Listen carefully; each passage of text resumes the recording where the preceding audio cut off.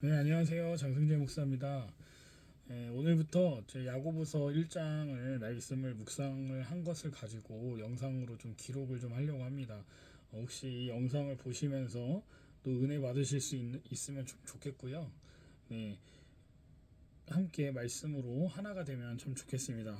저는 오늘 야고보서를 이제 좀 묵상하려고 합니다. 오늘 말씀 같이 읽겠습니다. 야고보서 1장 1절부터 4절까지 우리가 말씀을 좀 읽고요. 네, 말씀을 좀 같이 나누면 좋겠습니다. 네, 야고보서 1장 1절입니다. 하나님과 주 예수 그리스도의 종 야고보는 흩어져 있는 12지파에게 문안하노라.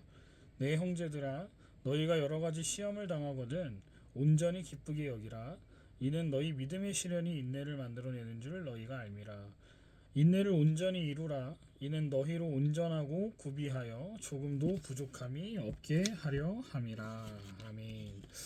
저는 오늘 이 말씀을 좀 보면서 1장 1절이 굉장히 저에게 마음에 좀 많이 와닿았던 것 같습니다. 그래서 좀 같이 좀 나눠보면 좋겠는데, 우리 성도님들은 자신을 사람들에게 소개할 때 어떻게 소개해야 하는지 한번 생각해 보면 참 좋겠습니다. 지금 야고보는 자신을 1장 1절에 하나님과 주 예수 그리스도의 종 야고보는 이라고 지금 소개하고 있음을 우리가 볼 수 있습니다. 야고보는 지금 자신을 어떻게 소개하고 있는 거냐면 나는 예수님의 노예입니다 라고 지금 말하고 있다는 거예요. 저는 이게 굉장히 충격적으로 다가왔습니다. 지금 야고보가 자신은 예수님의 것이라고 고백하는 지금 단어가 어디에 나오냐면 이 종이라는 단어에 나오는 것을 우리가 알 수 있다는 겁니다. 이 종은 노예를 뜻하는 사실 단어예요. 원어를 보면. 그러니까 종은요 철저히 주인에게 매인자라고 할 수 있습니다. 그렇지 않습니까? 종은 독립된 자가 아니죠. 누군가에게 소유된 사람입니다. 야고보는 자신을 노예라고 함으로써 그가 온전히 하나님과 예수님께 자신은 소유된 자이고 메인자이며 묶인 자라는 사실을 지금 이 편지를 읽는 독자들에게 매우 강조하고 있다라는 것을 우리는 좀 알아야 된다는 거예요. 종은요 주인에게 소속되고 소유된 물건이자 재산입니다. 종은 단지 주인을 중심에 모시고 주인을 위해 사는 사람이라고 할 수 있죠. 종에게는 노예에게는 자기 주장이라는 것이 있을 수 없습니다. 단지 주인의 뜻에 복종하는 것만 있을 뿐이죠. 그런데 여기서 놀라운 사실은요. 그러면 이 야고보가 이 당시에 이 편지를 썼을 때 어떤 사람이었는가, 어떤 직업을 가지고 있었고 어떤 위치에 있었던 사람이었냐, 우리가 이게 또 좀 궁금하지 않겠습니까? 그럼 찾아보니까 야고보는요 예수님의 형제였어요. 그리고 예루살렘 교회의 최고 지도자인 야고보가 지금 교회 사람들에게 자신을 노예라고 소개하고 있다는 겁니다. 당시 이 편지를 읽고 있던 이 말을 들은 모든 교회 사람들은 큰 충격이 아닐 수 없었을 겁니다. 당시의 신자들은요 이 노예 제도에 익숙해 있었던 사람들이었어요. 노예가 어떤 존재인지 잘 알고 있었던 사람이었다는 겁니다. 노예는요 매일 맞고 끌려다니거나 노예 시장에 물건처럼 팔려가는 게 노예 아니었겠습니까? 근데 이런 모습을 보는 것이 당시 사람들에게는 일상생활이었단 말이에요. 근데 지금 야고보가 자신을 그런 종이라고 나는 예수님의 노예라고 표현하는 것 자체가 지금 이 편지를 읽는 사람들에게는 엄청난 충격이 아닐 수 없었다는 겁니다. 야고보는 혈육으로 따지면 예수님의 형제였단 말이에요. 그런데 형제가 예수님께 묶이고 소속되어서 지금 예수님 자기 형에게 철저하게 순종했다는 겁니다. 그렇다면 야고보는 왜 이렇게 자신은 예수님의 자기의 형인 예수님의 종이 된 걸까요? 그 이유는요. 예수님께서 하나님이시라는 것을 알았기 때문이라는 거예요. 야고보는 그래서 기꺼이 그분의 종이라는 것을 부끄러워하지 않는 모습을 우리가 볼 수 있다는 겁니다. 오히려 예수님의 종이라는 측면에서 가지고 있는 것이 뭐가 있냐면 영광이라고 하는 측면도 있다라는 거예요. 그걸 지금 부각시키고 있다는 겁니다. 예수 그리스도의 노예라는 측면에 어떻게 영광이라고 하는 측면이 숨겨져 있는지 아십니까? 예수님이 하나님이시기 때문에 그분 자체가 영광스러운 존재 아니겠습니까? 그렇기 때문에 그분과 우리가 연합되어서 하나가 되었다라는 것은 우리가 노예이긴 하지만 그 사실 자체가 우리가 그분과 연합됨으로써 우리도 영광스러운 직분으로 지금 변했다는 것과 동일하다는 거예요. 만약 예수님이 구주 즉 그리스도가 아니라면 야고보는 그분의 종이 되지 않았을 겁니다. 또 된다고 해도요 아무런 의미가 없었을 겁니다. 여러분 그러면 저와 여러분들은 어떻습니까? 성도라고 불리는 사람들은 어떤 사람들일까요?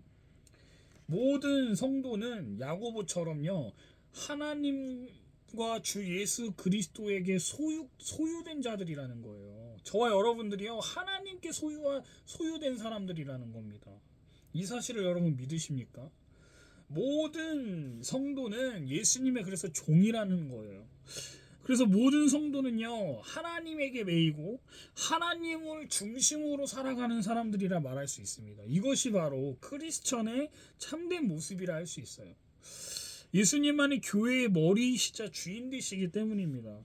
혹시 여러분들 중에 예수님의 종이 된다고 하니까 뭔가 억울하고 혹시 막 내가 왜 예수님의 노예로 살아야 돼 라는 그런 기분이 생각이 드시는 분 혹시 계시나요?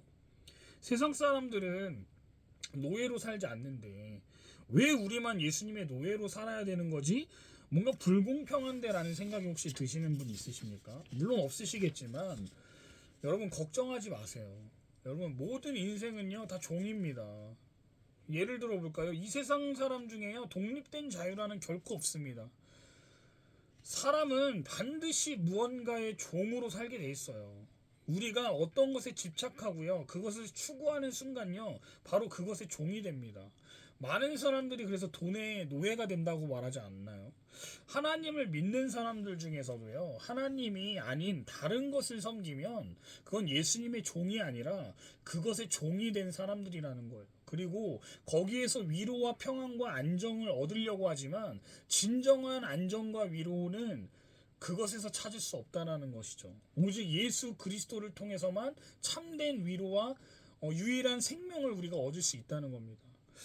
여러분 우리에게 참된 안정과 평안과 위로와 기쁨은 어디서 올까요? 우리가 하나님의 소유된 데에서 오게 되어 있습니다. 여러분 재물이 많아서 평안한 게 아니에요. 건강해서 평안한 것도 아닙니다. 오직 하나님이 나를 소유하셨다는 사실을 알 때 이 죽을 것 같은 아픔과 극도로 힘든 상황이 찾아와도 절망하지 않고 살아갈 수 있게 되는 이유가 우리에게 생기는 겁니다. 우리가 하나님의 소유이면 우리의 생명뿐 아니라 우리의 삶, 우리의 모든 일, 우리의 모든 것, 우리의 모든 일이 다 하나님의 소유가 되는 거예요. 하나님께서 저와 여러분들을 생각하시는 이유가 바로 여기에 있습니다. 왜요? 저와 여러분들이 하나님의 소유이기 때문에 하나님이 저와 여러분들을 생각하시고 사랑하시고 이끌어 가신다라는 겁니다. 여러분 이 사실을 야고보와 같이 저와 여러분들이 믿었으면 좋겠어요. 이것이 우리에게 부끄러운 사실로 다가오지 않기를 원합니다.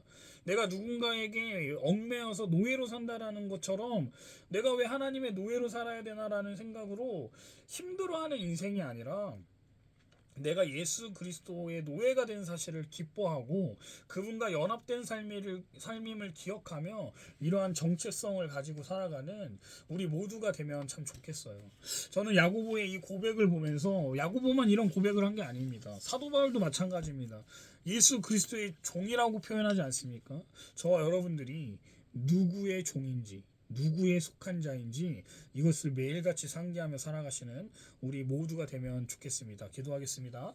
하나님 아버지 감사합니다.